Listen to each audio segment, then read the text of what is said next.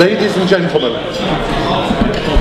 if I can call you to order, then we will commence the formal proceedings for this evening. I hope you've enjoyed this evening so far. Ladies and gentlemen, thank you. I give you the Director of the Libertarian Alliance, Dr. Sean Gadd.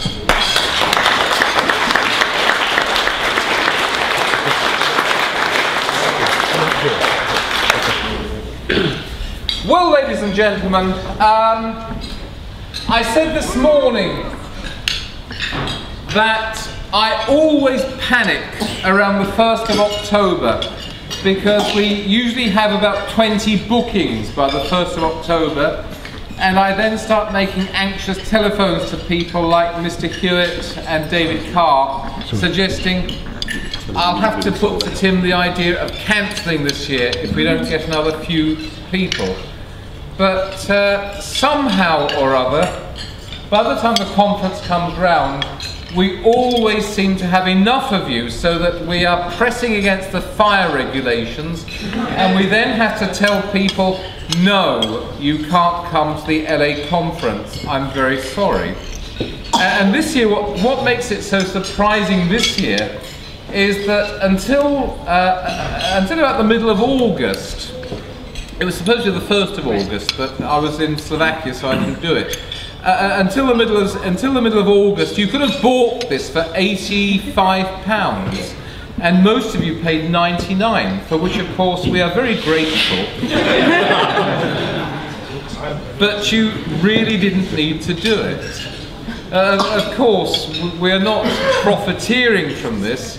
Our difficulty is that the Liberal Club has put up its own charges, and because we always run these things at a slight loss, we just had to put up the price, I'm afraid to say. However, there is no doubt, in my mind at least, that today has been excellent value for money. From Christy Davis right the way through, we've had a whole series of excellent speeches. And although the camera lights that I bought at some cost from China did catch fire once, damn those kids! I do assure you that the video footage we've taken looks pretty good on my notebook computer, and it will be up on the internet in due course. Now, it always falls to me for some reason to say this, but although I am to some extent the public face of the Libertarian Alliance, I have had effectively zero input into the arrangement of this conference. The most, the most I have done is to receive various notifications of PayPal payments and then pass them straight over to Helen. I think many of you would have got an email from me saying, "Dear X, many thanks for your payment. I have passed your details over to Helen Evans, who has put you on the list of attendees, and I look very much forward to seeing you next month, next week, at the weekend, tomorrow, or whatever." That has been the limit of my input into this conference, and I am deeply impressed, not only by the smooth running of the conference, but also by the excellent choice of speakers. My thanks obviously go out to the speakers, those who have spoken and those who are yet to speak. However, I should particularly mention Tim and Helen Evans, who are the backbone of the conference. Without them, it just wouldn't have happened.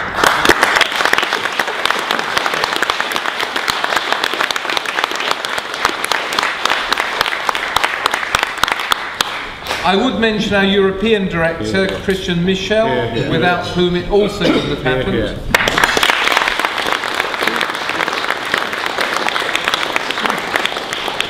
We also have those people who do very important work in the background, which is not often noticed by people outside the little LA clique, but whose work is absolutely crucial to the effective running of the LA and any kind of organisation above the shambolic.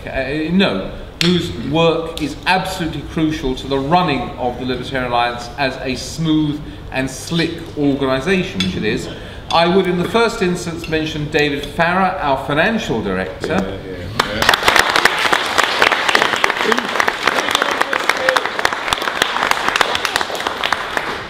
Look, I don't need to tell a gathering of libertarians how important money is. And David looks after the money, and without David, we wouldn't be here tonight. So thank you, David. I would mention David Davis, who runs the Libertarian Alliance blog.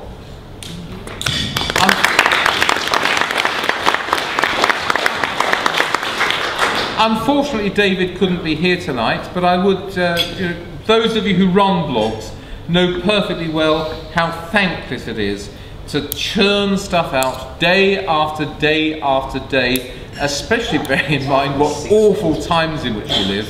And David Davis does fill up the LA blog. He runs a pretty interesting blog. He couldn't be here tonight, but he will be watching this video in about 10 days when it's on the internet. So come on, let's have a hand for David Davis.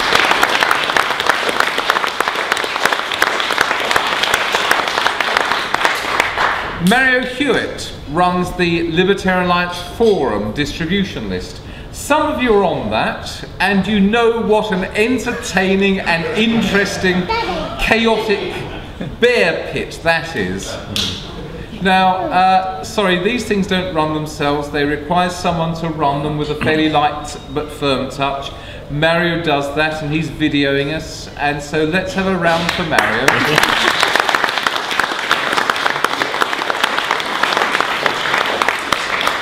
Look, I know this is rather Soviet, where I'm getting used to clap people, but I'm not asking you to clap me, I'm asking you to clap the people who are actually doing the work, so there's nothing terribly Soviet about it.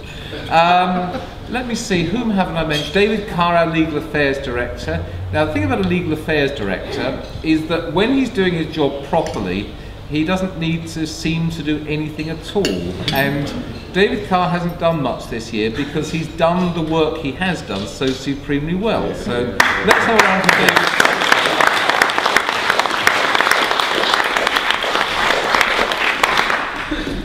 Patrick Crozier couldn't be here tonight, but good friend. No, Gerald Hartup is here, and I had a conversation. I had a conversation with Tim about him. Tim said, "Is Gerald on the committee?" And I said, "Yes, Chris Tane put him on the committee, and since neither of us has taken anybody off the committee, he's still on the committee." So come on, Gerald. Right, okay, so you're running out of claps. Nigel Meek, right, okay, sorry. I apologise to Nigel for this, he'll be watching it.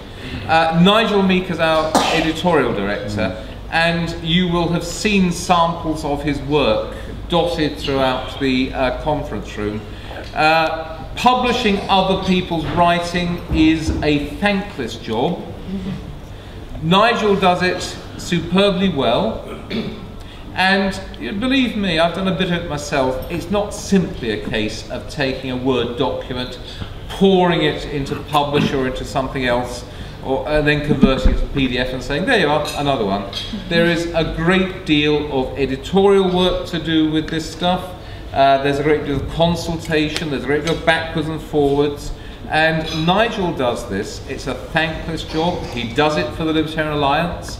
He does it for the Society for Individual Freedom, which is our sister and to some extent our mother organisation.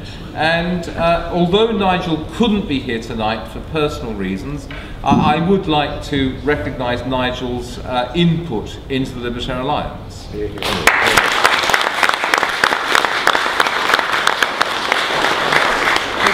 Okay, there'll be no more clapping unless you really want to.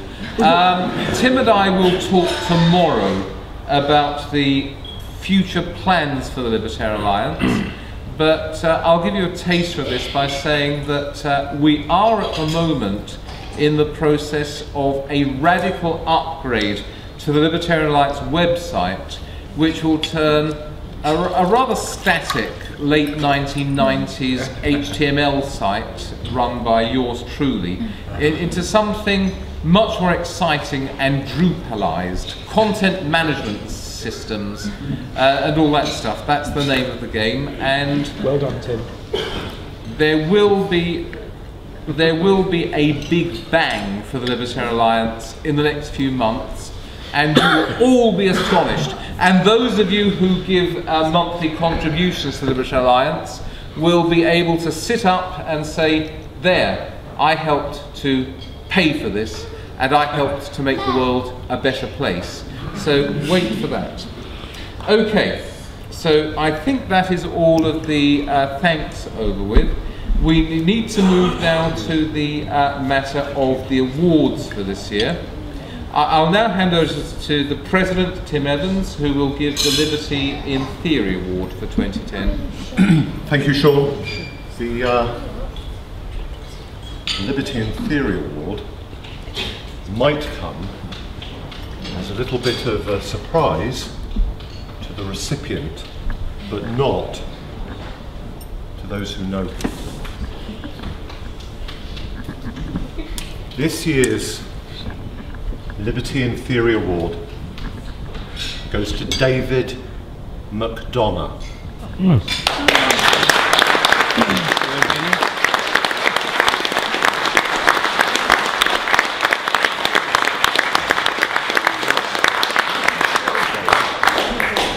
The citation reads, over many decades, David McDonough has been one of the most outstanding champions of libertarian theory and ideas in Britain. After, and we can say this given we're all family here, after an unspeakably difficult childhood and early adult life, he went on to gain 12 A-levels. 12 A-levels.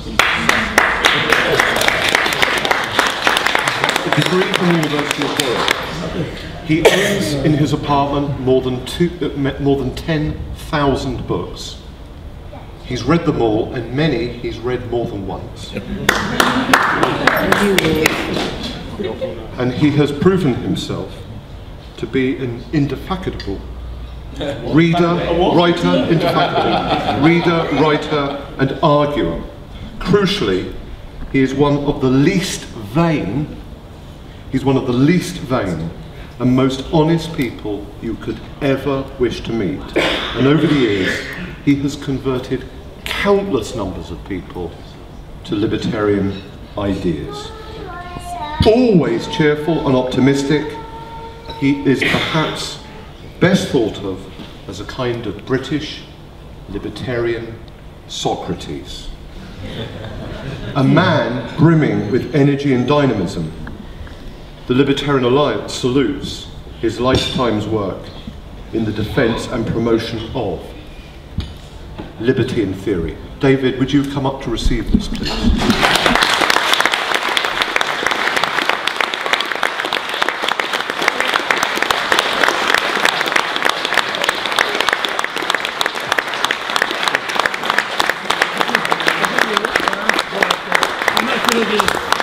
Only through, but still there you are. Thank you very much indeed, you're very kind. Congratulations, comrade. Thank you. Thank you, David. Thank you. Thank you, Tim. Okay, take care of this. Okay. Cool.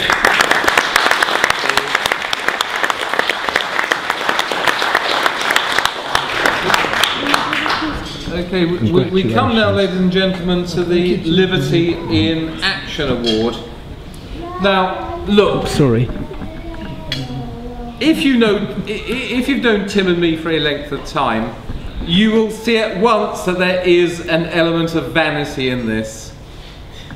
One of these days, Tim and I will tell you the full story of what happened between 1990 and 1992 when we went out to Czechoslovakia as advisors to the post-communist government there.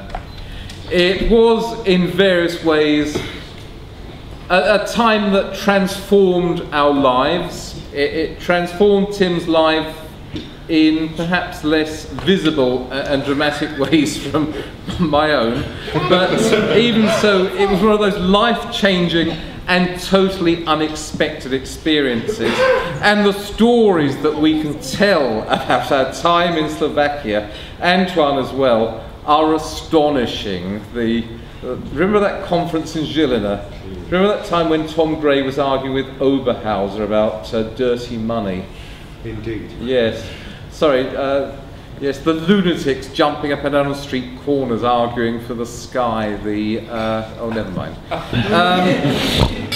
Anyway, the Liberty and Action Achievement Award goes to President Václav Klaus of the Czech Republic. Now the fact...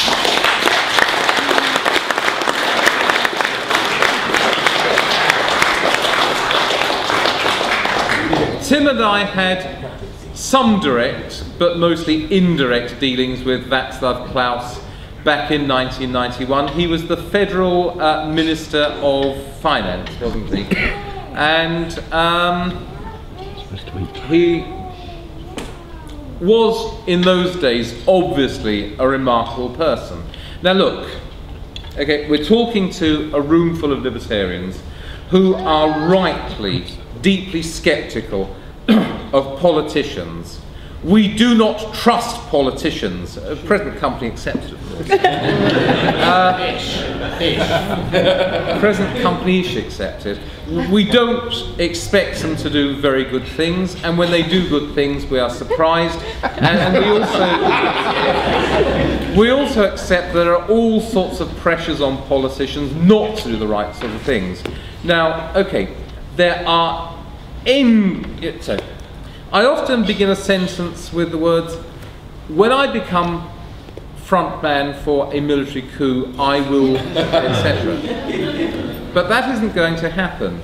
The way in which you get power in our sort of society is by fighting and winning elections, and the kind of people who can fight and win elections are usually not our people. And so for somebody who is able to fight and win elections and do things which are not that bad and which are in many respects rather good is remarkable and needs to be recognised by us. Yes, let us suspect politicians, let us be sceptical of them, but also let us be reasonable about those politicians who are on our side and who try and who in some regard succeed in doing the right thing. There are two of them here tonight, but I'm sure that they would both willingly defer to Václav Klaus.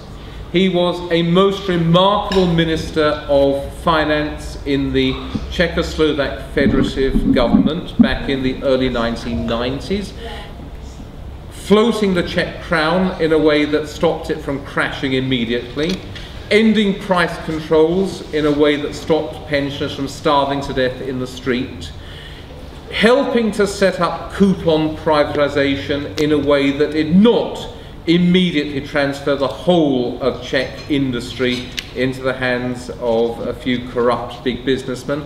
Those are things which need to be accepted and need to be acknowledged. And all of the other things that President Klaus has done in the past few years must also be acknowledged. I know that there are some people here, and we're all friends together, and we're not going to argue about these matters, but there are some friends here who do not believe that the European Union is an utterly evil, demonic institution. Well, sorry, no, sorry. Tim and I stand in the apostolic succession of Chris Taine. We can give together libertarian fatwas. The European Union is not a libertarian issue in itself, and there is room for a diversity of views on this. However, I think most of us are deeply hostile to the idea of a European Union, and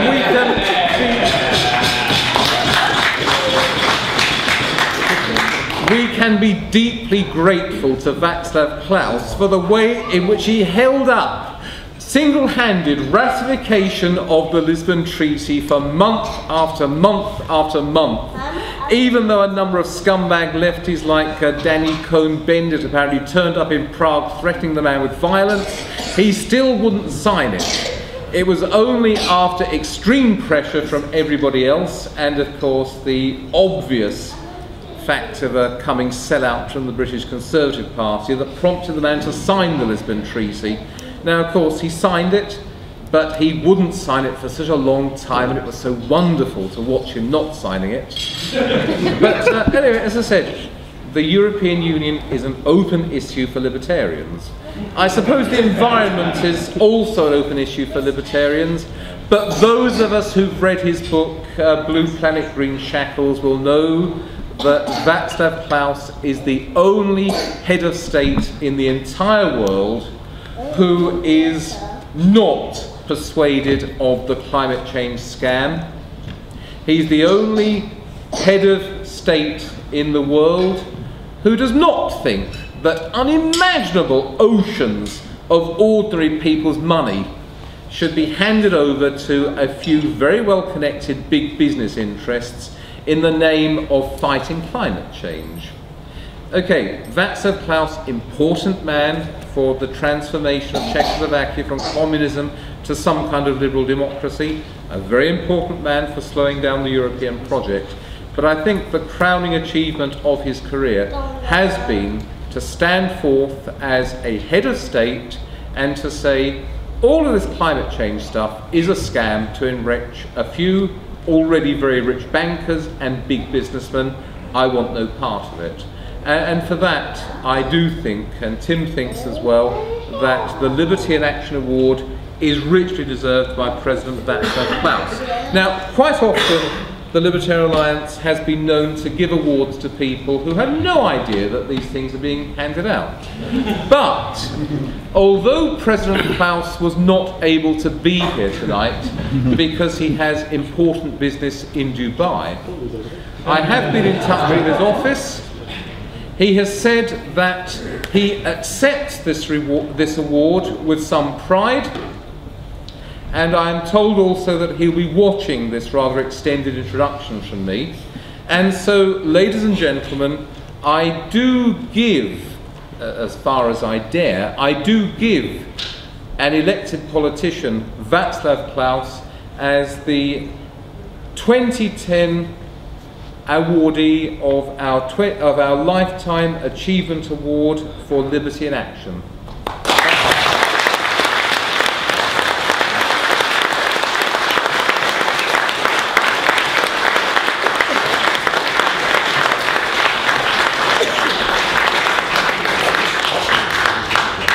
And that's it from me. It's now over to Tim and Mark. Okay. Thank you for that, Sean. I'm delighted to introduce our guest of honour this evening, Mark Littlewood, the General Director of the IEA, the Institute of Economic Affairs, or as we in the Libertarian Alliance like to call it, the mothership of the British free market and libertarian movement. I don't quite know how long Sean and I have known Mark, or that Mark's been involved in LA circles, but I get the feeling it must be 15 years, 20 years, there we are. I'm at a funny age. 20 years. Mark's had an extraordinary career, very, very successful career. He's been the communications chief for the National Council of Civil Liberties, later known as Liberty. He's been the communications chief for the Liberal Democrats. He's absolutely, along with his partner Angela, at the vanguard of the Orange Book crowd within the Liberal Democrats, and of course around this time last year he rose above it all. He gained incredible altitude by becoming the head of the IEA. Mark, we're delighted, truly delighted to have you as our guest of honour this evening and as our after dinner speaker. Ladies and gentlemen, Mark Littlewood.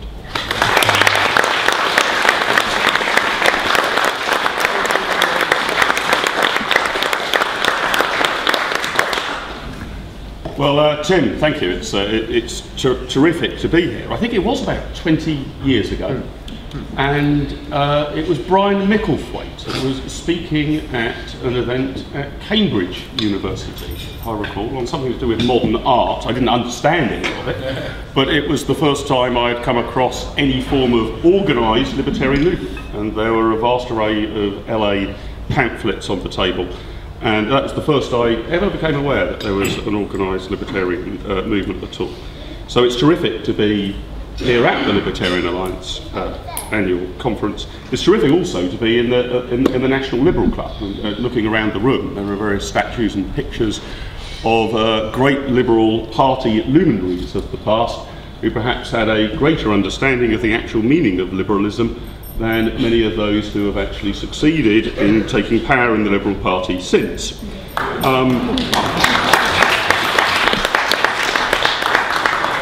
I was also grateful, Tim, for your very kind introduction about my supposedly stratospheric career. The one thing I usually absolutely insist on is you omitted to mention that I was the founder of No to ID, the campaign against the introduction of identity cards. The only reason... The only reason I mentioned that is I wanted you all to be aware that there has at least been one campaign in which I've been on the winning side. Now, I'm supposed to speak to you today. I'm not going to rise to to Sean's bait about the European Union, or indeed that the climate change scam is an open issue for libertarians. But I want to sketch out a little bit about not just the future of the Institute of Economic Affairs, but the context in which I think the free market movement finds itself in the United Kingdom and the wider world, and how the IEA in particular are going to address those challenges. So I want to speak a bit about the actions of our new coalition government and their likely agenda over the years ahead. More generally, some of the challenges in the narrative surrounding freedom, and then to talk a little bit about the specific contribution that I think that the Institute of Economic Affairs needs to make in the years to come. To begin by looking at the coalition, this was put to me quite well in terms of the challenges that the coalition government faced when it formed and came to power in those rather strange days in May. I don't know if you were like me, I found the 4 or 5 days after the general election considerably more interesting than the 30 days of the general election campaign itself. That the fiscal position was pretty serious. And of course, whilst all these huge numbers are bandied around of a debt of £1 trillion, ignoring the off-balance sheet items, the deficit of 150 billion, this is not usually put into any real understandable context, I think, for the wider electorate about what this means in real terms. It was put to me very well just the other night by Jeremy Brown, who's one of the Liberal Democrat ministers in the government, that if you close down all of Britain's armed forces immediately, every ship, every sailor, every soldier, every tank got rid of overnight, completely dismantled all of our nuclear weaponry, absolutely no defence infrastructure at all in the United Kingdom. You furthermore close down the entire police force, not a single copper on the street anywhere, not a single cop shop in any part of the United Kingdom, and you shut down the entire comprehensive school network of the United Kingdom, the entire publicly provided school network of the United Kingdom, absolutely no state education whatsoever, you would still be running at a deficit. I turned to Jeremy and asked him when he was actually going to do these three things.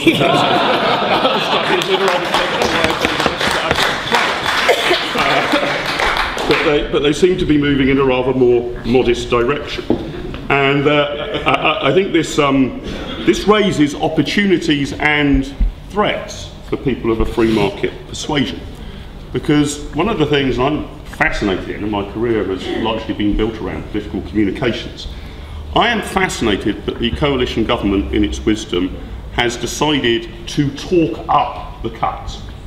The entire narrative from the coalition government would be, if you were just picking up the headlines or a few sentences of what you might hear from a minister on the Today programme, you would be assuming that there was some holocaust in public spending that was about to be unleashed.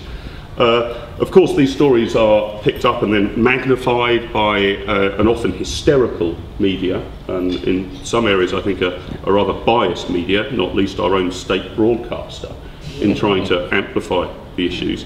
But it's important for us to actually put this in context and not actually fall for the rhetoric.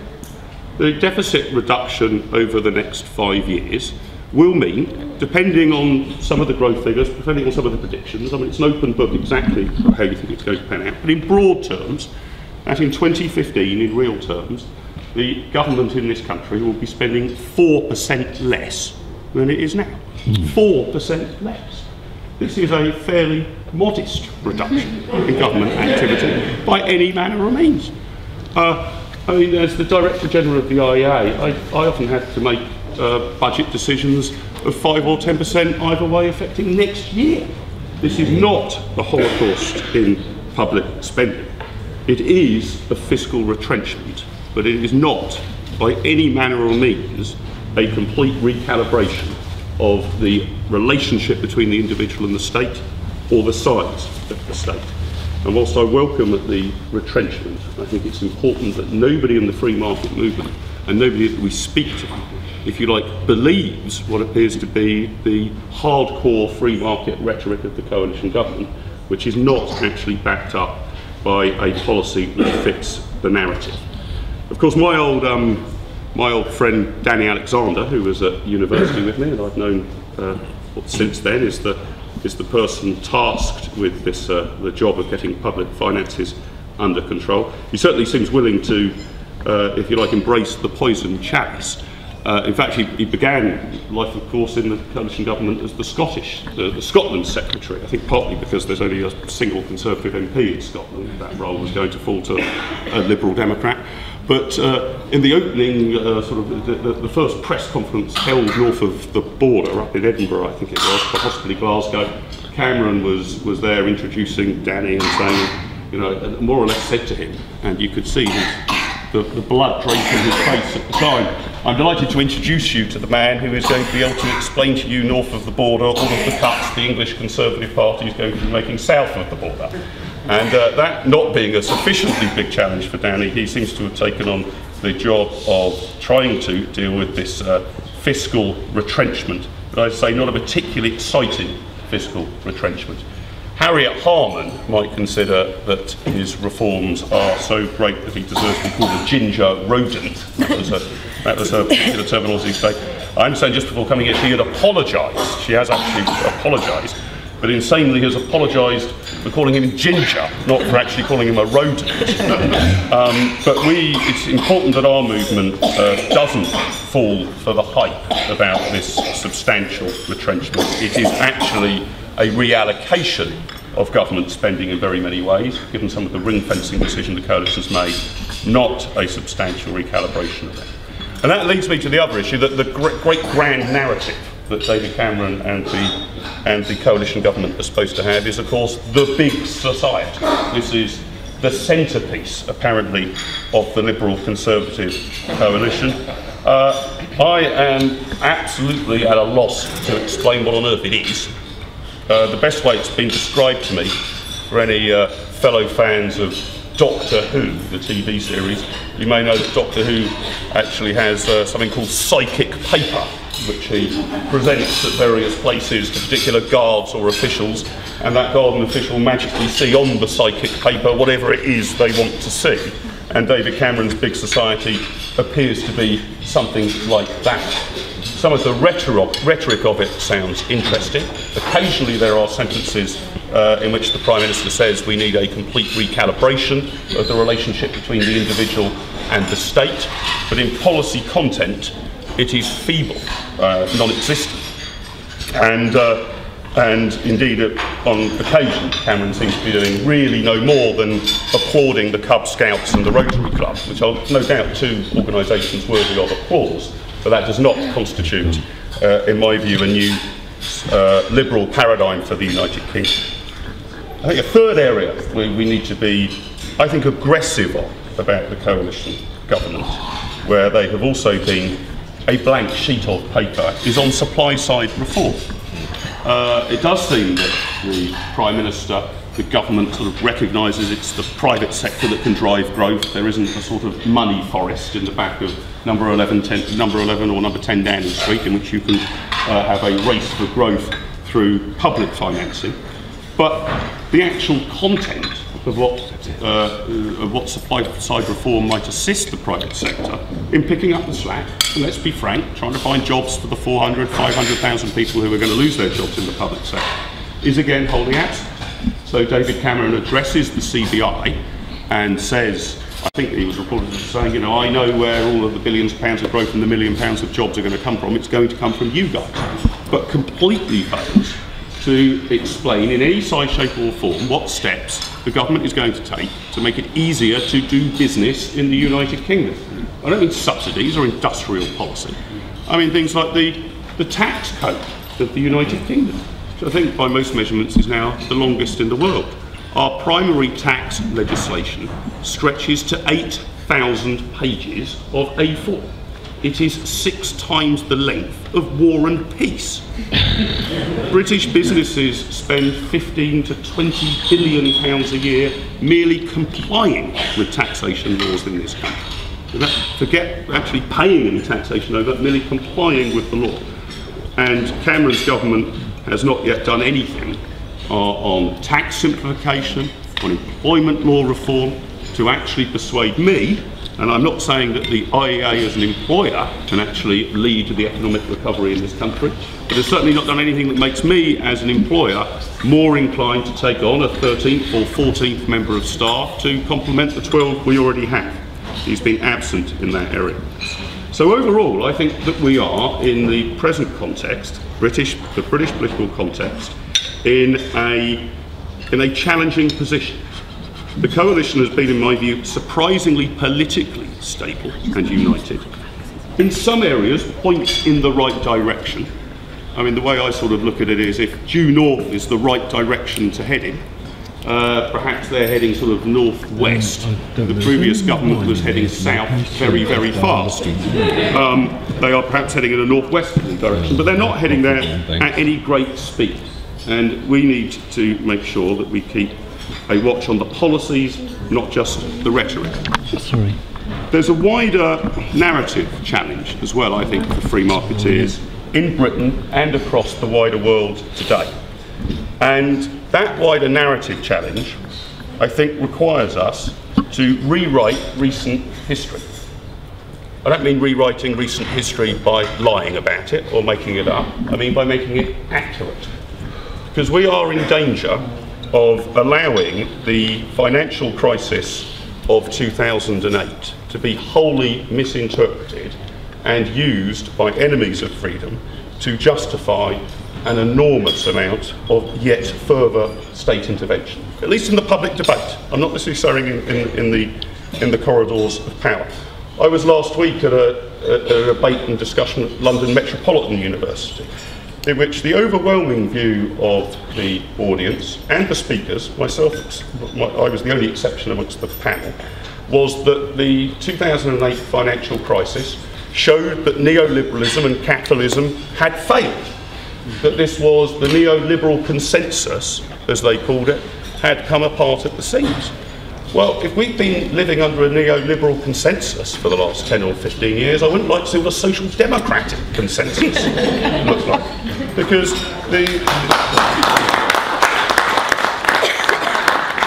you would believe from some of the things that these people say that they genuinely believe that our financial services were a model and example of laissez-faire capitalism. Let me give you an example of a way that they were not. And I'm quoting here from an article recently written by our editorial director, Philip Booth. Financial markets are heavily and closely regulated in minute detail. To give an example from the UK, the Financial Services Authority, the FSA, regulatory handbook contains 10 sections. The section entitled Prudential Standards is divided into 11 subsections. The subsection Prudential Sourcebook for Banks, Building Societies and Investment Firms is made up of 14 subsections. The subsection Market Risk is divided into 11 subsections. The subsection on interest rates has 66 paragraphs. There are probably 1.1 million paragraphs in the rulebook. You can describe this as many things, but you certainly cannot describe it as laissez-faire capitalism or a neoliberal consensus.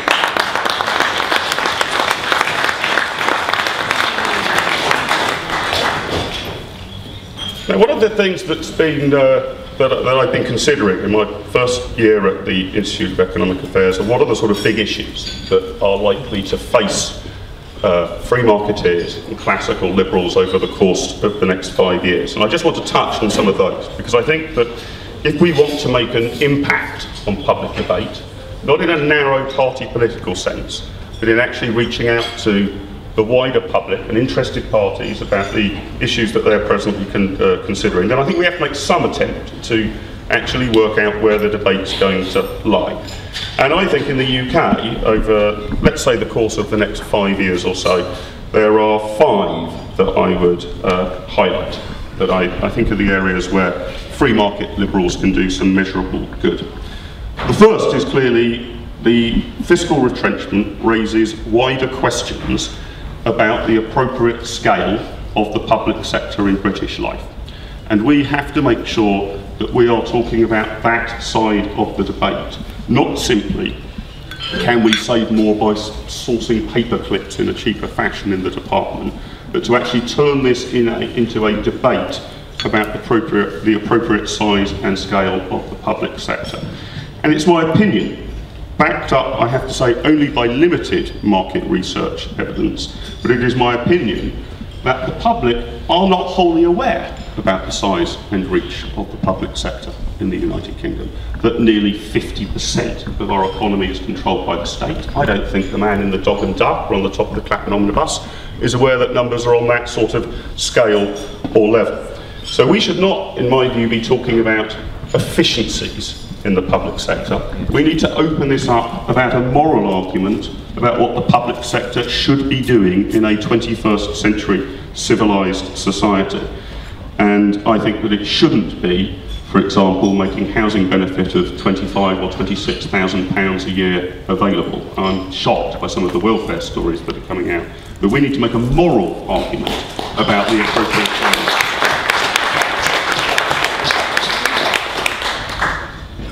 The second area, I think, is the ring-fenced departments. Don't get me wrong, I'm not in favour of ring-fencing the National Health Service or international aid, but to some degree I'm happy they have been, because that is going to put them incredibly under the spotlight. Frankly, if the National Health Service was being cut by the sort of levels that we're seeing cuts in the Ministry of Defence or in some other departments, it would carry on as it does forever, without challenge. The mere fact that it is being ring-fenced, I think, is going to put the National Health Service under extreme scrutiny.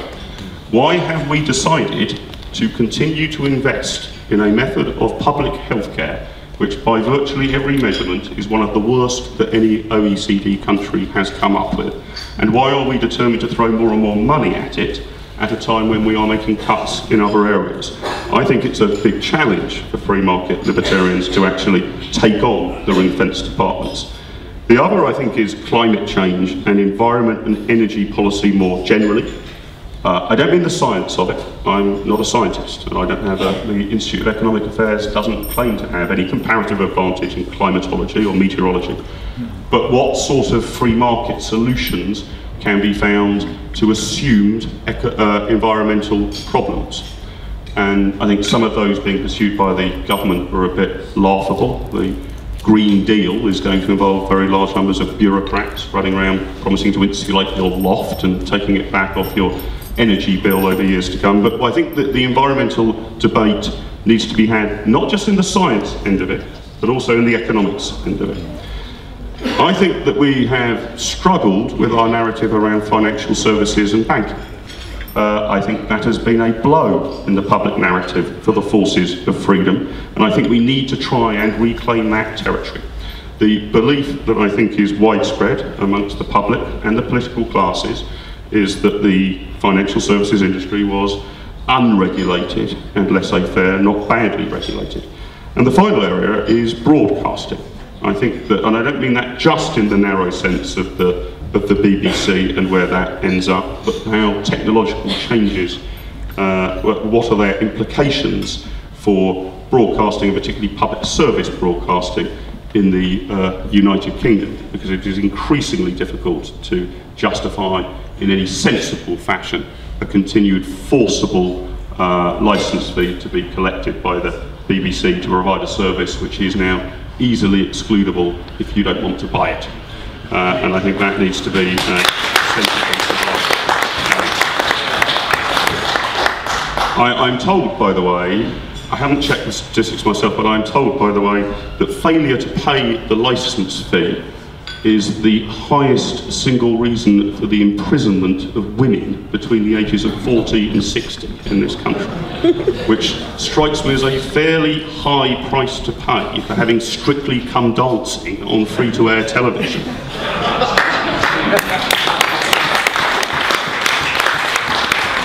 So what's the IA's role in all of this? Well, Tim's very generously said, you know, we're the mothership, and I think we're seen as this actually by a large part of the movement around the globe, and I'm delighted that we are, and it places a particular burden on my shoulders and a responsibility that I hope I can rise to. But I just want to sound a few notes of caution. And actually, I think it was in my second day at the Institute that Ed Fulmer from the Heritage Foundation took me out to lunch in London, very generously on him, at the Reform Club, and said, so how's the mothership? You know, how's it looking for the mothership? And I just said, well, I did actually do a bit of background checking on you just before I came out. I can tell you the mothership is on about £1 million per annum turnover, and you are on $78 million per annum turnover.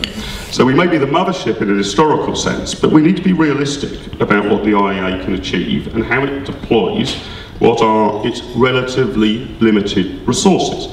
Because I think it is fair to say that in the world of think tanks, we have a particular impact and a history and a legacy, and we punch at least our weight, if not above it. But in pure business terms, we operate on the turnover per annum that is equivalent to a single branch of a Pizza Express restaurant. That is the actual resources that we have at our disposal. How have I decided, since taking on this role, to reapportion those resources, to focus those resources? Well, what I did was to have a look at what the IEA was doing, and what it was doing well, and what it wasn't doing so well, and what it should start doing that it hadn't been doing at all. And it struck me that our research programme was, if not state-of-the-art, at least very damned impressive. That we had churned out, month on month, year on year, some of the highest quality free market research that any think tank was producing, not just in the United Kingdom, but across the world as a whole. And I think it's vital to retain that intellectual impact and that intellectual strength. But you know what? We were good at crafting the message, but not so good at promulgating it. And it is not the mission of the Institute of Economic Affairs, or indeed any other think tank, to perfectly understand theoretical messages ourselves. It is our mission to improve the public understanding of those messages. Now, I would not go so far as to say, I really would not go so far as to say that everything about freedom that could be written has been written, but an awful lot has been written. An awful lot has been written. An awful lot of good arguments are already in the armoury. And I think that the Institute and the free market movement more generally needs to focus on making sure that those arguments get traction and are listened to, rather than just that those arguments are honed and developed. So there were two particular things that I wanted to do at the Institute in order to begin to turn that round, and I make absolutely no apology for either of them, and I think both of them are working. Firstly, in today's world, without any shadow of a doubt, the most powerful communications mechanism to reach human beings is television. Not the only mechanism, but it is unquestionably the most important mechanism in terms of its reach and its impact. So we've set up a communications department at the IEA, whose job is not to craft the message, but to flog the message. And I make absolutely no apologies for being a complete media tart. I will go and talk about the football results or the cricket scores if there is any chance whatsoever that I can shoehorn in some form of free market message while I am doing it.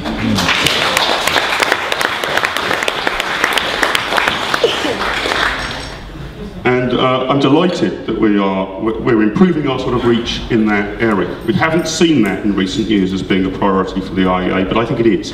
Just the sheer numbers are colossal. If you are, and I know Sean does a lot of this, I know there's many of you in this room who do a lot of it, you know, if you are actually trekking over to do some sort of late night debate on Radio 5 in the middle of the goddamn night, and you are wondering who is listening, very, very often it is tens, if not hundreds of thousands of people, and in quite a number of occasions, millions. That is a reach which is not transparently obvious to the individual making the particular case, but it is crucial that we as a movement get better at that, and I think the IEA is taking good strides in those directions.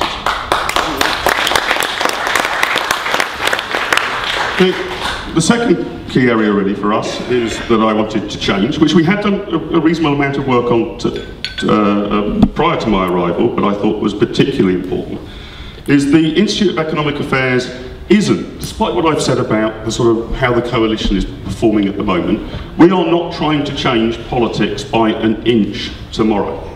We're trying to change the whole climate of political opinion and opinion in general by a mile over the long run.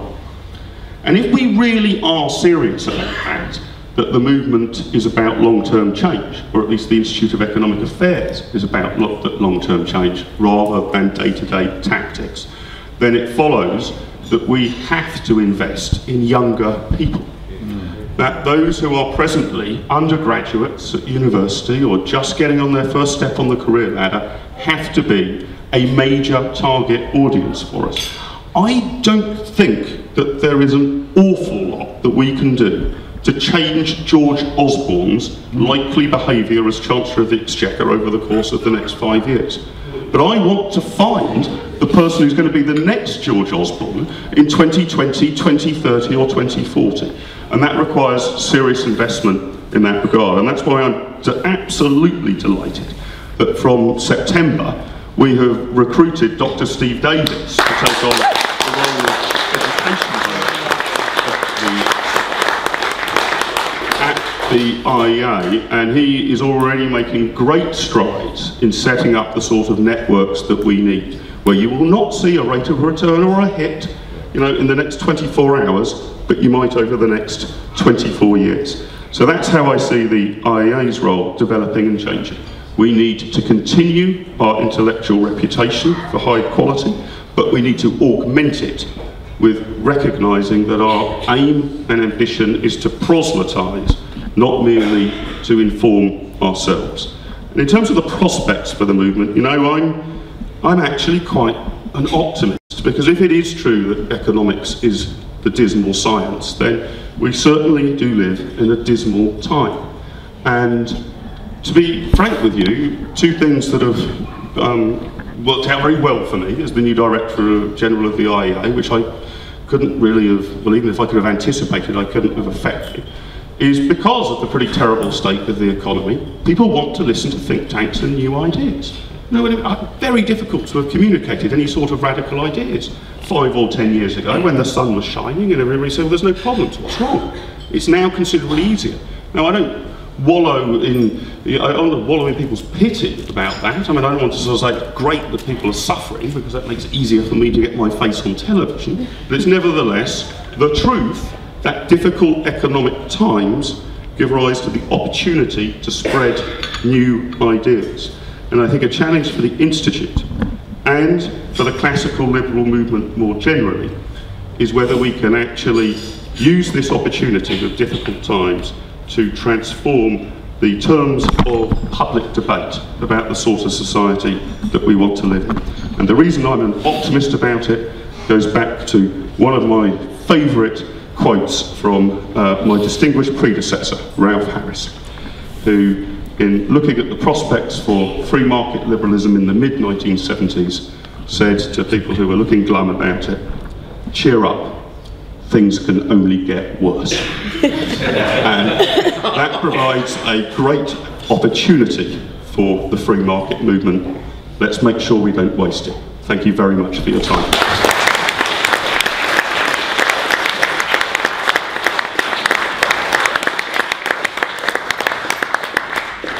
Thank you, Mark. That was superb. Fantastic. Thank you so much. That draws the formal proceedings for this evening to a close. I am reliably informed that the bar is open, however, for another 45 minutes, maybe an hour. So, Mark, thank you. Thank all of you for attending. We've got a wonderful day tomorrow, most enjoyable. Thank you. Have a great evening. Goodbye.